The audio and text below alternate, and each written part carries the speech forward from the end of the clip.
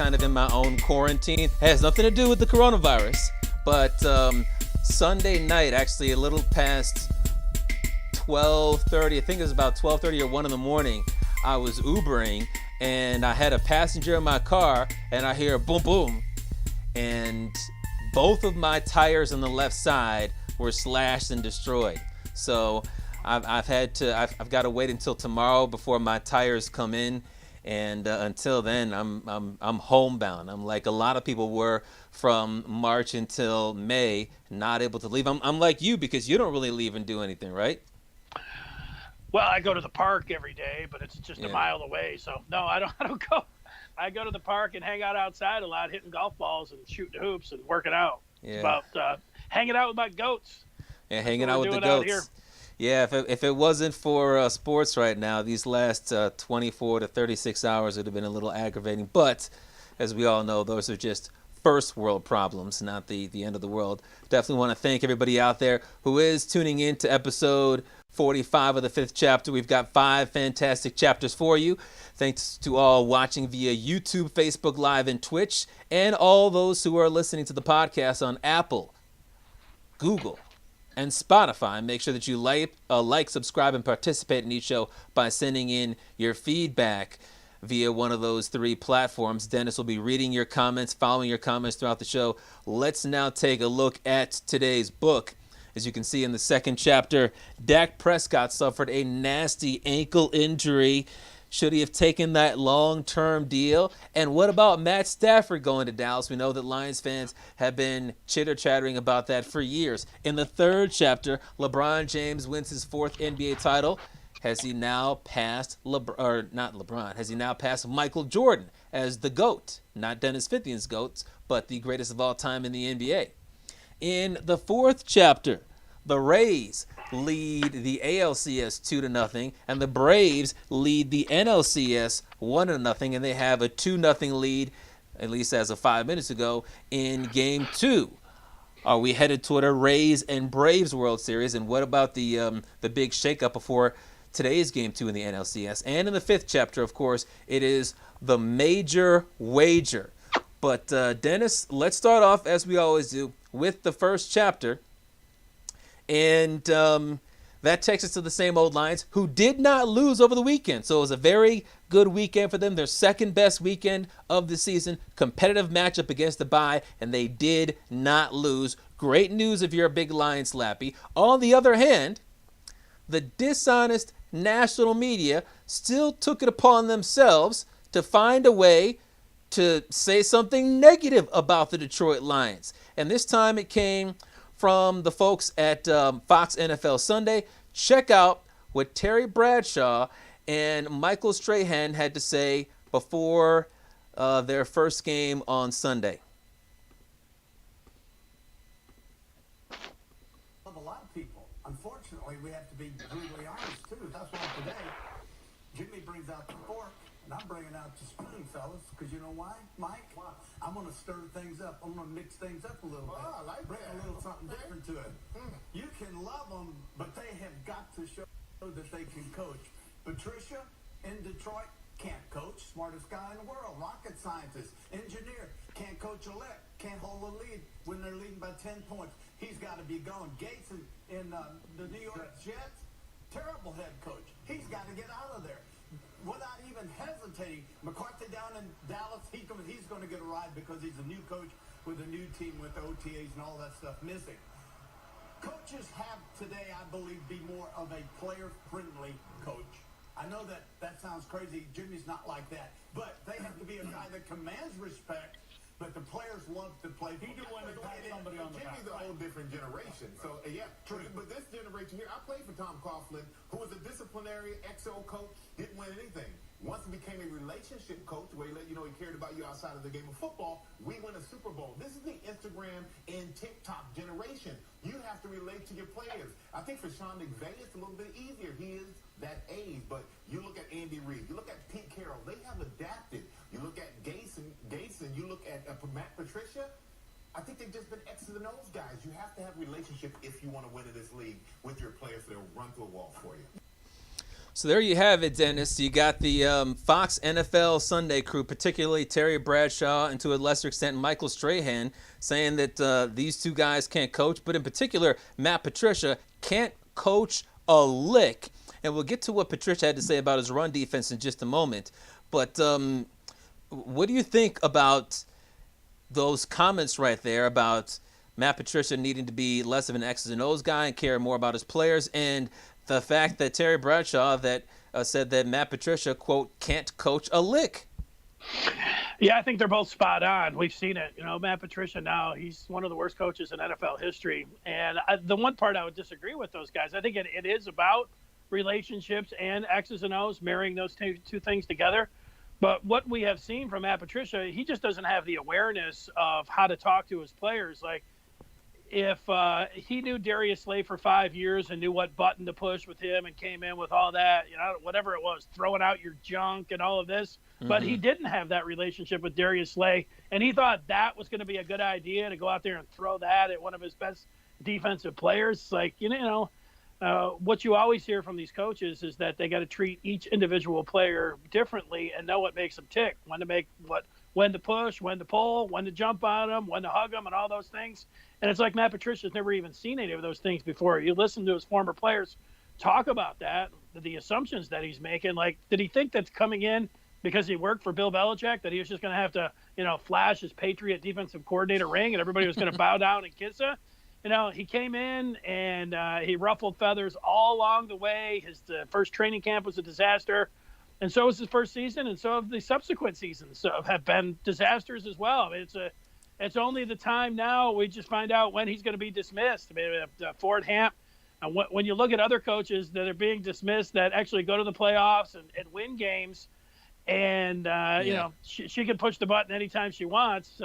We'll just see. Maybe it'll be when the Lions lose their 7th game because the 9-7 wouldn't be good enough. There'll be some symmetry there. Whatever it's going to be, she can do it at any point now. It's just a matter of when she does it. And I like the point about the coaches that have done something, because it seemed like all Bill O'Brien did was win division championships, won a playoff game here or two. He got canned. And you look at Dan Quinn, obviously an 0-5 start this year, but he got his team to the Super Bowl and had a 25-point lead in the second half of the Super Bowl, and he still got canned. But this is not breaking news to any Lions fans. We all know that he can't coach a lick. I've been calling for Matt Patricia to be fired ever since the end of his first year, when he failed to meet that Bob Quinn standard, and he's failed to come close to meeting that Bob Quinn standard of winning at least 10 games. It was clear to me he couldn't coach a lick, and I don't know if it's surprising, but I think it's a relief that the fake news media on the national level is finally starting to say the same thing, because for years we would hear whether it's people on Fox NFL Sunday or ESPN NFL Countdown, or I would listen to satellite radio, Mad Dog, whatever, and I would hear people say, well, obviously Matt Patricia's a great coach and he's going to figure it out. And I would just think to myself, it's ridiculous. What Lions games are they watching? Even if they're not watching Lions games, look at the record. It's not working out. And I think that while my patience ran out after a year, and the majority of the Lions fan base had their patience run out after 2 years, now the Lions slappies have run out of patience, and the national media have run out of patience. And you're right, people are just waiting for Sheila Ford Hamp to run out of patience as well and realize that he can't coach a lick. When you build a double-digit lead on a regular basis, like Terry Bradshaw was saying, and matter of fact, he can build a double-digit lead in the first half in his sleep. And for him, it's easier to pass a kidney stone than to keep that double-digit lead. How do you set the NFL record for consecutive games with a double-digit lead blown? 6 consecutive times he's had a double-digit lead, he's blown it. That should be easy street if you're an NFL coach. And for him, it doesn't get any harder. Like, does he need a triple-digit lead? It's unbelievable. Yeah, Quinn and Patricia are easy targets, and they're not moving, just like the Lions organization. Like, they're sitting there, people are teeing off. Some of the national media that actually never bought into Patricia and the Lions, where they're from? Boston. Like, they didn't want, Bill Simmons and the Ringer, they didn't want Matt Patricia coming back. And you know what? When both of the coordinators left after that Eagles loss in the Super Bowl, the next day, Bill Belichick thought about it and went to Indianapolis and got Josh McDaniels out there. They had to make a call to Matt Patricia. And if you listen to Boston fans, they're like, okay, that's good. Let's just move on. And the guys that they put in there after Patricia did a better job than he did when he was there. So, you know what? It wasn't a bad idea going to the – I mean, it looks like a bad idea now. Yes. And it was ultimately a bad idea. But it wasn't a bad idea to go to a winning organization and tab a young general manager and hand him the keys and see how he was going to do. The one part where this could be deja vu and you would hate to have it happen is if Sheila Ford Hamp came out this week and gave Bob Quinn a 5-year extension. You might laugh at that, but that's exactly what happened in the Millen years. Like, that's correct. Millen, it didn't work out. You can look at his drafts and you said, okay, you know, it's just time to move on. Mm-hmm. It wasn't a bad idea, you know, going for him, going outside the box and getting a guy that was never had any experience. He was just a broadcaster. But they did that when he was in the final year of his deal. And Quinn and Patricia have, what, like 2.5 years left? I think that's a big difference. It's not totally, but that's would be the feeling right now because nobody wanted Matt Millen, and then they were like, yep, you're going to get 5 more years. Like, what? This is crazy. Yeah. It would be like, because you could know it's over, and it's just a matter of when, it would be like Hamp coming out and being like, yeah, everybody's staying. Everybody's back. And, here we go. So, well, and that decision to give Matt Millen the 5-year extension was what was the catalyst for me ending my relationship with the Lions, because I was looking forward to Matt Millen being either fired or just leaving at the end of the year. And when I saw that he got that 5-year extension, I was like, whoa, that's a commitment to failure. I've got to separate myself from this team. But the other thing about that clip that we just played was you heard Michael Strahan saying that it's all about relationships, and that Patricia and Gase are all about the X's and O's. And look, I think that Patricia has improved a little bit in terms of relationships because he was the first coach to cancel any sort of sports activity because of the Jacob Blake shooting. And then the rest of the sports world followed. And I think that a lot of the players in the locker room had to like what he did. But when you think about how nobody that leaves the Lions and leaves Patricia has something great to say about the way they were coached, and several have negative things to say about him, that shows that he struggles with relationships. And the other thing is, when you're 10-25-1, that record shoots a big hole in Michael Strahan's argument that it's just about X's and O's. Because if he's all about the X's and O's and he's good at his job and he just struggles at relationships, he'd have a winning record. It might not be 25-10-1, but it would be a heck of a lot better than 10-25-1. He's poor with the X's and O's too. Yeah, good point. Both of them it feels like you could go 10 years ago at any point during the Lions season. We could sit down and just drop in on one of our conversations. We wouldn't be talking about the same general manager and coach, but we'd be saying the same thing. Like, this Lions organization, man, this general manager, man, this coach, it's all we do. And it's the same thing over and over again. You know, it's you get in there as a fan and you can be hopeful, but I think even the fans that are, hopeful and, always giving them the benefit of the doubt, they realize that this is just the same old thing that we've been dealing with every single year. And that's just the situation where we're at with them. Yeah, let's get to the second chapter, chap. Well, before we get to the second chapter, I wanted to point out one extra thing, and it was a tweet from Rod Beard of the Detroit News, who was able to quote Matt Patricia at his press conference, I believe it was yesterday, and it's about the run defense. The Lions' run defense is dead last in the NFL. They give up over 170 yards per game, $170. And here's what Matt Patricia said to Rod Beard and the rest of the media: we have to be more consistent and get teams in situations where they have to pass more.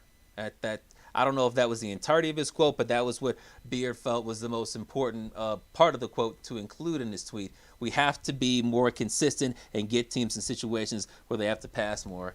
And I mean, this just seems like a tone-deaf quote. I don't, from a rocket scientist with a pencil in his ear, not a smart comment, because if I'm a Lions fan and I see that they're dead last, I would appreciate some inconsistency, because they're consistently the worst in the league. If they were sometimes awful in one game or one quarter, and the next quarter they were okay or bad or okay or great, then that inconsistency would be an improvement. But right now, consistently dead last. And let's not act like if they just force teams to pass, that the Lions would be in a heck of a lot better spot. They're 20th in opponent's passer rating, and I don't think that anybody's afraid of targeting Jeff Okudah. They don't have a leg to stand on, that's for sure. I don't know what Matt Patricia can say when he goes up there, except like throwing up his hands or saying, you know what, hey, if I was the owner, I'd fire me. He hasn't said those things, but, those are the only things that seem like what he can say, because anything else that he says is like, okay, right, it's not working. We know that. We're watching. All right, unless we've got some feedback, let's turn the page to the second chapter. Not on the Detroit Lions, we don't, but we do have some feedback coming in on Facebook, and I see on the live chat on YouTube. It's always good to see that. You can comment during the show if you're watching. We do get to the second chapter, and we stay in the NFL, and we get to the Dallas Cowboys and New York Giants game that was played on Sunday, and Dak Prescott went down. It was a gruesome injury. And now we know that Prescott is out for the year. What will the Cowboys do, Chap? Well, if you hadn't seen the injury, here, and I'll just warn you guys, if you're squeamish and you don't want to see it, avert your eyes. But here is what happened in that game on Sunday. You almost got to hope it's a cramp, don't you, if you're a Cowboy fan? Not a cramp. Oh, that does not look good, Jim. Oh, no. And look at Gallup reacting and Dalton getting ready to go in. Oh, you can just see that at the bottom. Oh. Oh. One of those you don't want to see twice. Yeah, very difficult situation if you're a Cowboys fan. And certainly Dak Prescott is he's got his career in jeopardy right now, I guess you could say, with an injury like that. But if I'm a Cowboys fan, I'm certainly disappointed that my star quarterback is out, but I'm relieved that we didn't take a Detroit Lions approach to the backup quarterback, because what has the Lions approach been for, about 7, 8, 9 years? Let's just get somebody to hold the clipboard. Do you have two functioning hands where you can hold the clipboard? All right, great. You're good enough to be the Lions' backup quarterback. And I've been saying for years, if the Lions have an injury to Matt Stafford, they're going to be so bad that they're just going to lose every single game the rest of the way. And that's what they did last year when they lost their final 8 games, because they had two unqualified backup quarterbacks.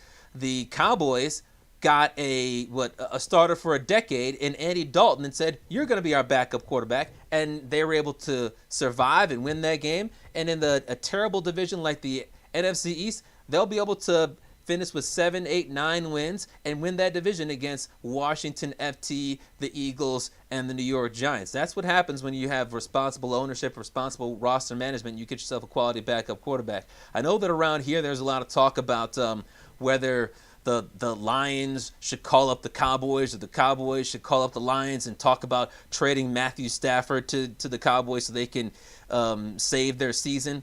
That's not going to happen because, A, the Cowboys were responsible with fielding their backup quarterback position, and B, why would the Cowboys want to trade for a quarterback in his 12th season who's making $27 million a year, is having a down year, and without Dak Prescott, they already know that they're not going to be a Super Bowl contender. Their goal right now is just to get that number 4 seed in the NFC East and try to win a playoff game with Andy Dalton. Matt Stafford's not going to put them over the edge with how terrible their defense is.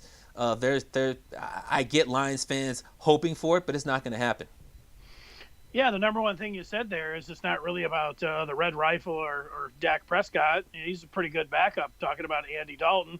It's the defense. They're giving up over 36 points a game. Their defense sucks. Like, if they had a really good defense and you thought that they, after watching them for 4 or 5 games, that they were a Super Bowl contender, I thought they were heading into the season. They lost Van Der Esch and Tyron Smith, their left tackle, and everything else. But the defense just is terrible. And there's no amount of money or players that you could throw at the defense, to shore that up. If they did have a really good defense and the Red Rifle went out there in the next 2 weeks and looked like he had completely lost his fastball and looked like he had nothing going, well, then would there be a chance, a slight chance at that point that the Cowboys would look to go out there and try to do something? But they don't have a good defense. It's absolutely the worst. They're looking at it, and they have to take a look at themselves in the mirror. They know they're not Super Bowl contenders. And we don't know how Dalton's going to play over the next 2 weeks. They'll probably just run the ball a lot more with Zeke Elliott. And you know what? Dalton's got to be looking over at these wide receivers and being like, man, this is going to be pretty awesome. So I think he'll actually do pretty well. Andy Dalton's, in a lot of his years with compared to Matt Stafford, similar. Stafford, had a livelier arm there, but it's not like Dalton is, got no ability or anything. And he's a Texas guy. They're not looking for Matt Stafford. It's a Hail Mary, and one when you start looking at the different situations. Like you always think, the crazier things could have happened. Not when you look at the Cowboys and you just look at overall with their team.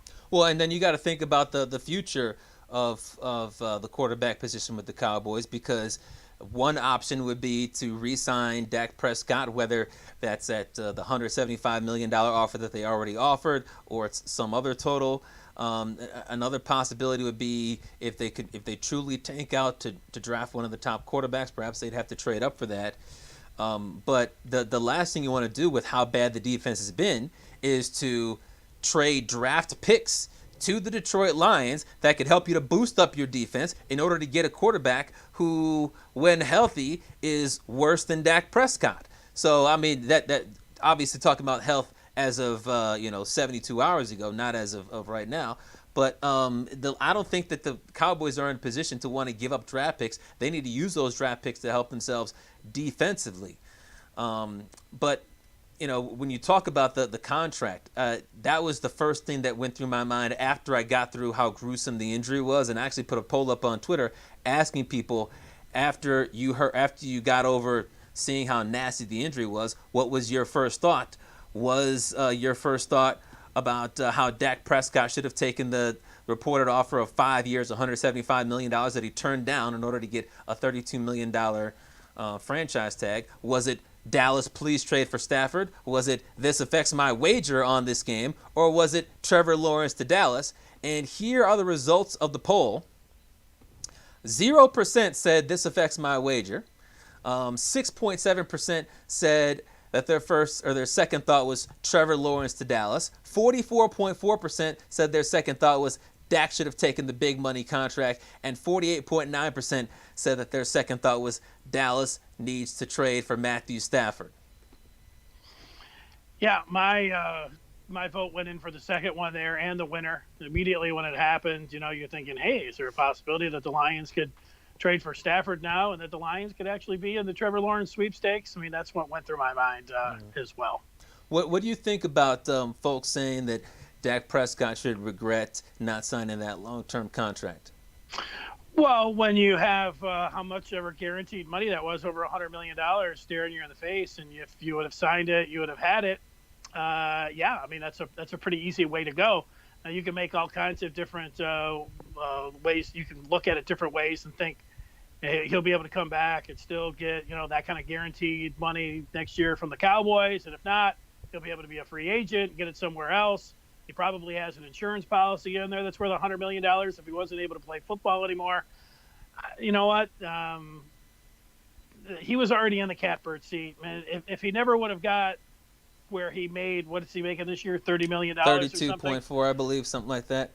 He was still, even if he didn't have that, he was going to be a multimillionaire. So, the guy's still going to be, even after all of this is done, after this year, he's going to make 10, 20, 50, $100 million. So, it doesn't look like it's just been 2 days. Like they haven't said anything. I heard Peter King say that didn't have the infection like Alex Smith did, where they were really worried about that. So, this is something that he can come back from. He's relatively young. He'll get a big contract. But yeah, I mean, when you pass on $100 million guaranteed and bet on yourself, and then it doesn't work, you're like, whoa, that money, while you can get it back, you don't have it in your bank. So you get that. Yeah, I mean, I get that thought. Yeah, I mean, that was, I like I said, my second thought was about the big contract. I'm not going to feel sorry for him from a monetary standpoint because I just checked, the franchise tag is $31.4 million. That's still enough to retire comfortably and more than comfortably. That's still enough to be filthy rich if he never makes another dollar the rest of his life. And, like you said, he could still come back, and maybe he won't make 5 years, $75 million. Maybe it'll be 5 years and $100 million. Is anybody going to be saying, wow, let's go help out Dak Prescott at the food bank? No. The only way that he's going to be getting help at the food bank is other people helping him to assist others that are in need. So, look, if I was Dak Prescott, not just in hindsight but in foresight, I would have taken the $175 million, because that's a ton of money. And given that the discrepancy was $10 million and he just wanted to make $185 million, he certainly lost on that gamble to get the extra $10 million. Because if I'm the Cowboys, I'm not going to give him that same contract, especially when you see how quickly guys like Herbert and Burrow are adapting to the NFL, and how quickly, just in the second year, you got guys like Lamar Jackson and Patrick Mahomes that are becoming superstars. Why not, get yourself the 12th pick in the draft or whatever, and then trade up to get into the top 5 to get one of those guys who could be a star and save yourself. I mean, Burrow's making $9 million a year in his first 4 years. That's a heck of a lot more economical than paying $35 million a year. Yeah, I got really tired of the Dak Prescott contract negotiations over the summer every day on the national shows. I didn't care if he took $36 million or $31 million or if he took the guaranteed money or not. Yeah. I know that's one of the things people get obsessed with and like to talk about, especially with a team like Dallas. But, Dak Prescott's going to be fine that way when it comes to money. Let's get to some of the feedback. We asked for it, and we got it. DJ. Sorry to see, and sorry about your Yankees, DJ. DJ says, I can tell you what the Cowboys will do. They'll continue to play like the Lions defense, and they'll finish 6-10. He says, also, what the hell is the point in trading for Stafford? Him and Dalton are essentially the same guy. Yeah, there's, Andy Dalton's a one-time Pro Bowler. Matthew Stafford's a one-time Pro Bowler. Andy Dalton's never won a playoff game. Matthew Stafford's never won a Pro Bowl game, or playoff game. Now, Andy Dalton's been to the playoffs more, but that's because he's had better teams, and he's actually won some division championships just because he's won with better teams. But in terms of, are they elite or not? I'm sure that in Cincinnati over the last decade, there have been a lot of conversations about Andy Dalton that are parallel to the conversations that we've had in Detroit about, is Dalton elite or not? Is he great or not? Is he a scrub or not? Is he okay or not? Should they draft somebody to replace him? The Bengals decided they wanted to do so, and it looks like it's working out. The Lions are still sticking around with Stafford. Yeah, the one thing, like the Red Rifle, when he was there in Cincinnati, he'd play in a primetime game. He just never came up big. Thursday night games, Sunday night games, Monday night games, and, of course, the playoffs. But I tell you, and I think Stafford's a more talented, more arm talent, just a more talented player. But it's much more comparable of talking about Stafford and the Red Rifle than it is talking about Stafford and Rodgers and Brady and Breeze. It's he's in that second, third tier with Andy Dalton, even though we would all put him in front of the Red Rifle. Keith has been watching football here on a rare Tuesday night NFL game. I don't know if it's the first time in history it feels like it, but he says, I feel bad for any player that gets hurt, especially the quarterback playing so well. His first 4 games, stat-wise, were crazy. Oh, yeah, he was putting up the numbers, man. That's for sure. Wasn't that Vikings game that had to be moved to Ford Field because the roof came in on a Tuesday? I don't know. I was at that game. I know it wasn't on national TV, so there's a big difference. I feel like it was a Monday. Okay. All right. Let's turn the page now to the third chapter, and that takes us to the NBA on Sunday. The Lakers, after having lost Game 5, left no doubt. They destroyed the Heat in Game 6, and I was watching the game with my mom, dad, and my sister, and we cut the game off at halftime and flipped over to baseball. But it was the 17th title for the Lakers. It was the 4th for LeBron James. And as a matter of fact, after the game, he had a message for a lot of the people out there who were watching the NBA Finals about how he wanted to get some respect. Here is that message that he delivered.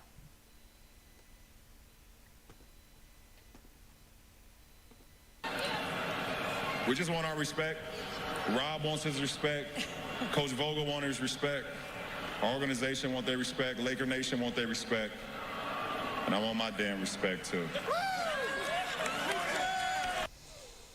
So that comment's been getting a lot of buzz over the last 24 to 48 hours about how he wants his damn respect, too. And a lot of times when it comes to LeBron James getting his respect, certainly the LeBron James slappies out there say the only way to give LeBron James proper respect is to say he's the GOAT, he's the greatest of all time, move him ahead of Michael Jordan and let Michael Jordan carry LeBron's jockstrap. Dennis, has he passed Michael Jordan? No, but he's right on his heels. And 2 years ago, I put him in front there for like 1 second when they were playing Golden State. He played so well in the game one. He had a great playoff. So I went against a rule that I normally have for myself, is don't get caught up in the moment. Wait till an entire playoff series plays out until you make any, determination. So it was a little premature goading on my part as I put him in front of Michael. He hit this big shot against the Raptors, and the way he was playing against Golden State, man, I was like, you know what? I've seen enough. I'm going to do it, and I did it. But it was a little bit premature. But, the one thing about LeBron, he is right on Michael's tail. I still have Jordan there for all the reasons that get stated. But you know what? Not having LeBron right on his heels, I think just ignores just what, a fabulous player he is, man. He's as big as Karl Malone. He's a bully on defense. He just would take anybody anytime. His three-point shooting is improved. Great defense, man. He's just an awesome player. To be able to do it, I give him actually more credit than less credit during a pandemic for being able to go through all of that. He's awesome. And the one thing, he gets 4 titles here, and he's 35 years old. He'll be 36 in December. Michael Jordan was 34 when he won his last title with the Bulls. I mean, what happens if LeBron goes out there and wins a couple more? I mean, at some point, can he? If he goes out there and wins 2, 3 more titles, are you still just going to be like, no, like Mike here on Facebook? LeBron will never equal Michael Jordan. Well, what's he even playing for? What do you mean never? He's got a chance to. He is so close, in my mind, of being right there on Jordan's tail. Well, I don't think you need to say, well, what is he playing for if he can never get past Michael Jordan? Because, I mean, Langston Galloway is never going to be better than Michael Jordan, but he's still playing. There are obviously other reasons to play to build his own legacy, and I think this championship obviously adds to his legacy. Every championship that you get adds to your legacy. If the Warriors win it all next year, that adds to Stephen Curry's legacy. If the Clippers win, that's 3 championships and perhaps 3 MVPs for Kawhi Leonard, and that adds to his legacy. He deserves a lot of praise and credit for winning the NBA Finals and being the MVP. But no, this does not push him past Michael Jordan, and I'm pretty much in lockstep with that individual that you mentioned who left a comment on Facebook about how he's never going to pass him. I don't think that. I mean, for a couple of reasons. First of all, LeBron James is the bigger physical specimen, and I think he's a better passer.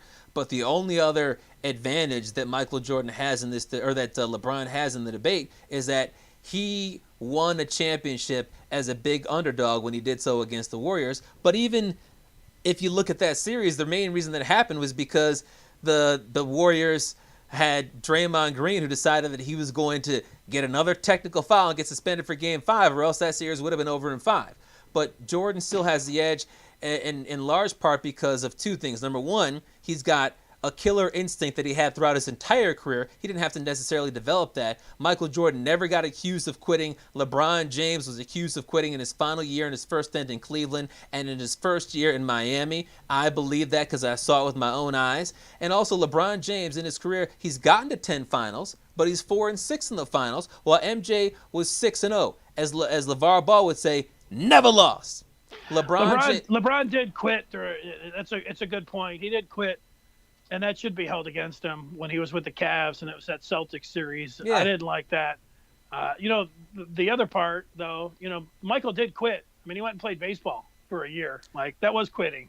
Well, so he didn't but step away from the game that way. He didn't quit during the season or something like that. Well, one thing, if we're handing out a trophy of like who's the greatest alpha dog of all time in the NBA, clearly goes to Michael. It's like everything before Michael came along. He used to say that you couldn't be the leading scorer and the MVP and carry your team like that. You needed to be more a team player. He used to say that you had to be a center to be able to do it, kind of like the quarterback now gets all the attention. It's like it's always about the center. He destroyed all of that, and he is the ultimate cold-blooded alpha dog. But you know what? Is sports really all about best play to pass the ball to Danny Green in Game 5 to try to get that win, or is it to be the alpha dog and take the step back and try to win it yourself? It's about making the best play.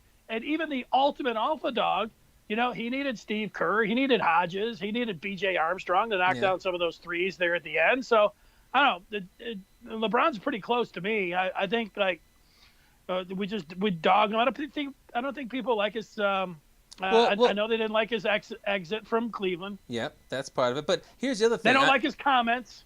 I mentioned that LeBron James had that big upset, but let's also talk about how he got upset twice. When he was in Miami, his Heat were the favorites in 4 consecutive NBA Finals, and in that first year in Miami against Dallas, they quit. There's no way that he, Bosh, and Wade should have lost to Dirk and company. It was a very good team, but the Heat should have won that. And then in his final year there, they had beaten the Spurs the year before. They were the favorites to win that series again, and they lost that series in 7. Michael Jordan, not only did he never lose in NBA Finals, but he certainly didn't lose one while his team was the favorite to do so. So, that is a black mark in LeBron James' record that, you can't get rid of that. Yeah, when I was growing up, the NBA, it had such nice symmetry. Like, you had to earn your steps along the way. It took the Pistons so long before they finally knocked off the Celtics. And then they didn't. Because Bird stole the pass. And then they came back and they finally did it. Then they got the Lakers, and they got beat by them in 7. And then they climbed that mountain again. And then they finally did it until they held off the Bulls, and Jordan kept coming at them, and then they would get rid of him, and then they would do it. And then Jordan, once he got past the Pistons, he never lost, except when he came back, never lost a series once he got past the Pistons, and except the one series to the Magic when he came back from baseball after a month. And that's the biggest thing. Once he elevated himself and got there, he never looked back and never lost. So that is why I put Jordan up there. But yep. LeBron's accomplishments and his I think the attitude, people just don't like him. And Piston fans, they don't like the Bulls or the Cavs. But he's not as likable as MJ. It's just. Well, I like LeBron James as a person, but we all have our sports villains, and he's a sports villain for me. And it goes back to what he did against the Pistons, scoring 25 out of 26 and beating the Pistons in that series, about 15 years ago. I get that that's sports, but I didn't like that, and I still hold that against him. So when it comes to rooting for or against LeBron James, I'm always almost always going to root against him because he's one of my sports villains. Yeah, it's understandable. If it comes down to LeBron, we know that you're biased. And when it comes down to talking about Penn State, we know that you're biased there as well. Let's read some. It's okay. That's part of it. I said, I like him as a person, but I root against him in sports. Tim says, no, LeBron will never, and he puts never in all caps, be a legend, he says. Give me Larry Bird for life. One team, one legend. Didn't need any other team. LeBron won't ever be that. Well, if leaving a team means that you don't think a guy can be a legend, then then LeBron is not a legend. He's a legend. Let's see. This is a live chat from YouTube from Trepa. What's up, man? First time using the live chat, I think, right below Keith, who says asterisk next to whoever won the NBA championship this year in 2020. This championship doesn't carry as much weight in my eyes due to the interrupted season. Yeah, I disagree. I give it more because of what these guys had to deal with. They could have taken the easy out, not having the crowds there. Just think about it. The Lakers, they earned the best record. They had no advantage with any kind of crowd or anything. So the home court advantage, which is such a big deal in the NBA, the Lakers never had the benefit of that. Just on that alone, makes it a bigger accomplishment. I say there's an asterisk, but it doesn't take anything away because I think an asterisk is necessary to explain how this season was different. I mean, LeBron James, 35 years old, he had 4.5 months to charge back up for the playoffs when typically he'd be a lot more gassed going into the playoffs. And you're right about not having the home court advantage. They had everything sewed up. They could have rested him for the last month of the season. Not necessarily, because the Clippers would have been fighting to get that number 1 seed as well. But the other thing is, look at the standings; they were fading. They could have cakewalked. It was a cakewalk to the end. Yeah, you're right. But 4.5 months as opposed to like a week or two, that's a big difference for a 35-year-old. I'm 35, I would know. But the other thing is about giving more credibility to this. I don't give it any more or any less credibility because everybody had to deal with the bubble. The Heat had to deal with the bubble. The Clippers had to deal with the bubble. Everybody had to deal with it. It's not like it affected one team more than the other, with the one exception of home teams and teams that were favored in the series didn't have that extra one game of home court advantage if the series got to 7. Pretty big deal. The one part where the bubble did seem to affect, and it wasn't an NBA, it seemed like the NHL. We'll wait and see if any of the NBA players will have some of the same type of criticism. But, man, there are a lot of NHL players coming out complaining about this team had a outdoor court and a balcony and their food was better. They just had so many better things, like they favored certain teams. There were a lot of those kind of complaints. I don't know about it. I haven't heard any of that from the NBA. I did hear a report from an ESPN reporter about a month ago saying that despite how well things were going, they would never do another bubble just because of the emotional toll that it was taking on folks and how they didn't want. I mean, they've been in the bubble. If you're a Heat player or a Lakers player, you've been in the bubble since early July. So you're talking about 3 months of not being able. It's almost like a glorified house arrest, and it glorified is key, but house arrest is key as well. So I wonder if they would ever do a bubble like this again for an extended period of time like that.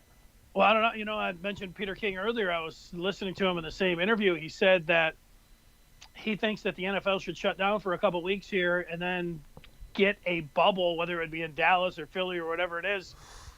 That was his recommendation. I would think that he has been talking to some people or just getting the lay of the land with everything that's going on with COVID. But also today I read that the NFL is looking towards doing a postseason bubble. Yeah. So however long that could take. So playoff bubble is different than a regular season bubble. Yeah, 6-month bubble, 3-month bubble, 6-month bubble, whatever. Yeah. Playoffs are 1 month. Going into that NBA bubble, everybody's like, these guys are going to be killing each other. They're going to be, boredom. Doesn't matter how many times, you can play golf and, get massages and everything else. So I give them all thumbs up for being able to get through and be able to do it. So we've got Keith, who says Mike will always be the greatest because of his sheer dominance in the game. For the first time he stepped on the floor, Mike quit because of gambling for his next – LeBron is always looking for his next best roster. That is weak to me, and I hate it. Well, that's a good point. I didn't like Kevin Durant going to a 73-win team. I criticized him for that. So I get the criticism of LeBron, orchestrating his super teams, and I think that works against him. Yeah, because when you look at Michael Jordan, for the most part, it was not for the most part. He just stayed in Chicago and said, GM, bring in who you want to bring in and orchestrate the roster how you want. It wasn't, hey, when they decided they weren't going to bring back Scottie Pippen, he didn't say, well, I'm going to go to the Houston Rockets and play with Olajuwon. He said, well, I'm done. I'm just not going to play anymore. That's at least until he came back to the Wizards. That's a much different scenario. Let's turn the page now to the 4th chapter. Yeah, Keith wanted to slide in one more on Jordan. He said 4-6 in the finals and losing to Dallas with Dirk and a 50-year-old Jason Kidd, and he puts it looks like some kind of emoji that's questioning it all. Sorry, Chap, we're going to the 4th chapter? Yes. That gets us to Major League Baseball. We're in the championship series. We've had a couple games that have been played already, 7 possible games in 7 days. You got the Rays up 2-0. They're playing way later on tonight. And we do currently have the Dodgers and the Braves going at it, with the Braves up 1-0 in the series. What's the update in that game, chap? It was Braves up early. Yeah, and now it's Braves up even more. They're up 6-0 in the fifth inning. Dodgers have just one hit. Braves, this is actually kind of a weird line. They've got 6 runs on 4 hits, so I don't have the box score up, so I can't tell. But obviously, there have to be a lot of walks being issued. And the Tony Gonsolin experience, at least tonight, didn't appear to have worked out. But 6-0 Braves in the middle of the game tonight against the Dodgers, in a game where Clayton Kershaw was expected to start, but earlier today was scratched due to a back injury. Yeah, and that's the big story here. I mean, the Dodgers, everybody had the Dodgers winning it all. They brought in Mookie Betts. They had Clayton Kershaw, and Clayton Kershaw has to get scrubbed because of back spasm. It sucks at the timing. I know he missed opening day that way, but when your team needs you the most, not be able to get out there, it just kind of, it plays into the Kershaw postseason can't get it done narrative. What's he going to come back when they're down 3-0 and be able to pitch that game? But for all of the money that the Dodgers spent, and they've got it all, man, baseball royalty and everything else, for all the money that they've spent, not being able to get Kershaw out there for a game 2, and then not have a closer. I mean, Kenley Jansen, they didn't pitch him in the 9th inning last night. What's going on there? All that money that they throw out there, and here are the Rays that they have a lower payroll than the Tigers. In fact, only 2 teams have lower payroll than the Tampa Rays. Those are the things that jump out to me, Chad. Yeah, I was actually I'm stunned to see the Braves putting up 6 runs, because they've got a lineup that nearly rivals the Dodgers. But I'm stunned to see Gonsolin give up. I'm looking at the line right now, 5 earned runs in 4 1/3 innings. He gave up 3 hits and walked 3 and struck out 7. Did give up a home run as well. That was to Freddie Freeman in the first inning. But I'm stunned to see him pitch so poorly, because when I saw the news that Clayton Kershaw wasn't going to pitch, I was thinking, well, it's not going to be that big of a deal, because the Dodgers are loaded when it comes to their pitching staff. They're loaded everywhere, and Gonsolin had an excellent year this year in either his first or second year pitching. And Clayton Kershaw, he's one of the greatest regular season pitchers of all time, but that hasn't translated into the playoffs. But today, he obviously didn't have control with the 3 walks in less than 5 innings and was getting hammered. So a tough game for them. And you look at the way the series is looking. Obviously, the Dodgers could come back with that devastating lineup, but it's looking like a 2-0 series lead for the Braves. And I don't know what the numbers are, but you have a 2-0 lead in the series. You don't have the benefit of home field advantage. The Braves, it's looking right now like a Braves versus Rays World Series. I'm going to be excited no matter who plays, but the Braves have a young and exciting lineup. They've got great young pitchers to be excited for if you're a Braves fan or just a baseball fan. I mean, you look at Ronald Acuna Jr., you look at Dansby Swanson, Austin Riley with that bomb last night in that lineup. You look at Max Fried as a starting pitcher.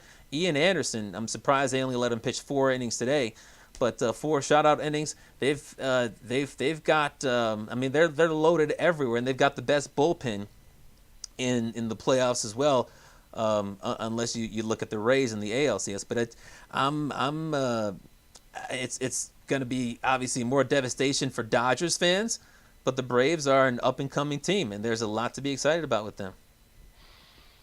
Yeah, and if you're the Tigers, man, I think there'd be like a lot of teams that are going to be looking into the Tampa Bay front office. I know the Dodgers took their general manager a couple of years ago, but there'll be other teams that are looking and knocking on Tampa. So I guess they won't knock on their door. They'll just be looking at that front office and grabbing a guy or 2 to come over and run their team. Well, I was actually listening to the Effectively Wild podcast from Fangraphs earlier today, and they had an interesting tidbit for Tigers fans.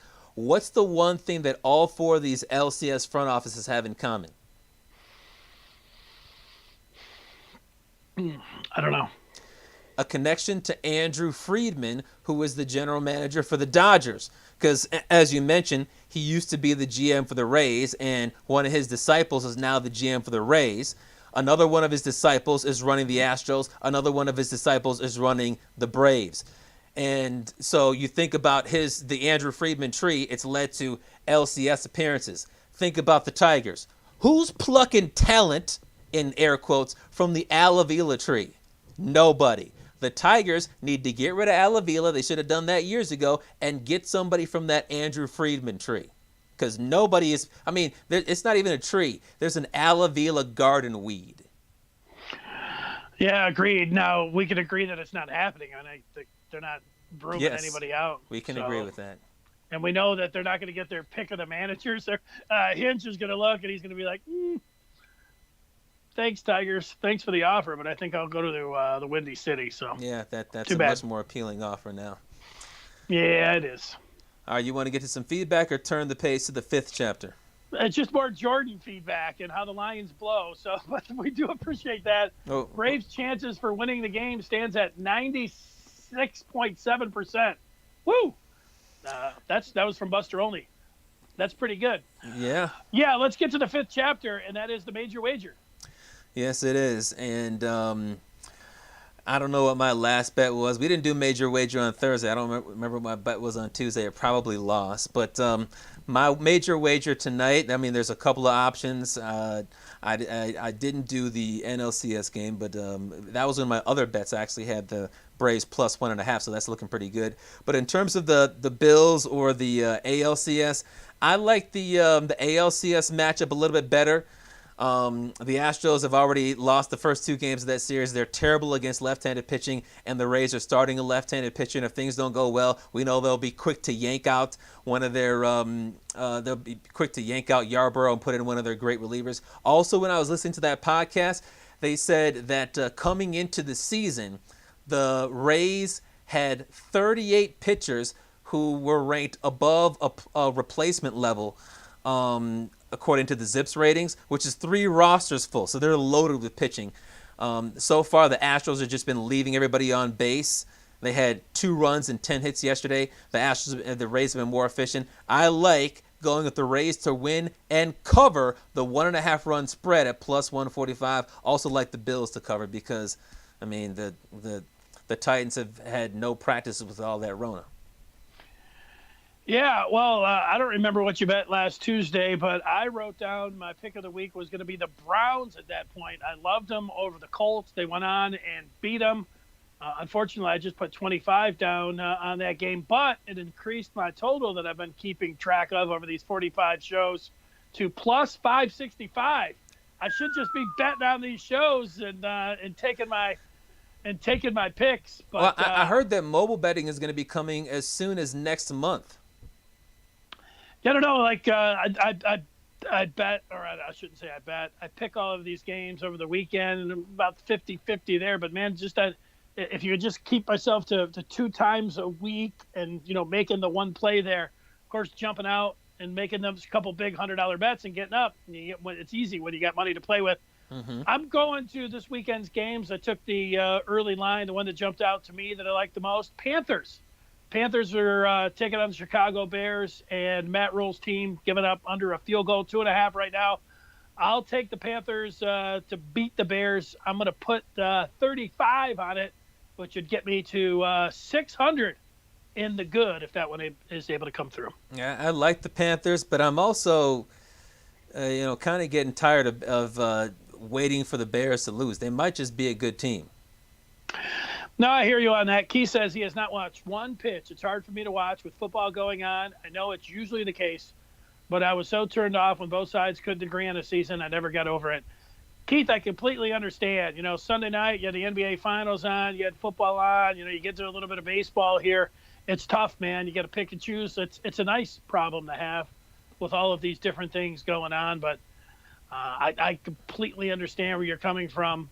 Especially if, being turned off and then holding it against them, because I'm not very good at that. I was complaining as much as anybody about baseball and how they dragged their feet, couldn't get it going until August, and by then they missed an opportunity. So congratulations to you, my friend. Thanks to everybody for all of the feedback and watching the show and all of that. We really do appreciate it, and we will talk with you coming up on Thursday's show. We'll get that much closer to the Big Ten kicking off, and we'll have a college football question for you. We are Penn State.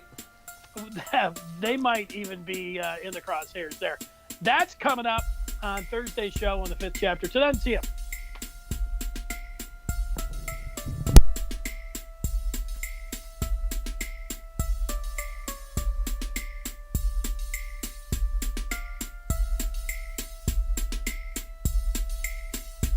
He represents the mitten by way of Penn State. When Chapman gets to talking sports, the people can't wait. He represents the mitten. Be a true EMU, but cut Dennis in the fall, and his veins bleeding blue. They got respect around the state when that light turns red. So don't sleep on these dudes. Just invite your friends to cut your nap short and tip your cap for and sit back for the Fith chapter.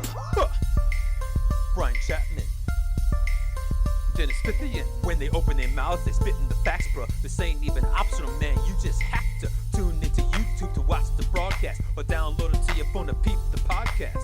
They mix laughter, they get after. It's all captured in the Fith chapter.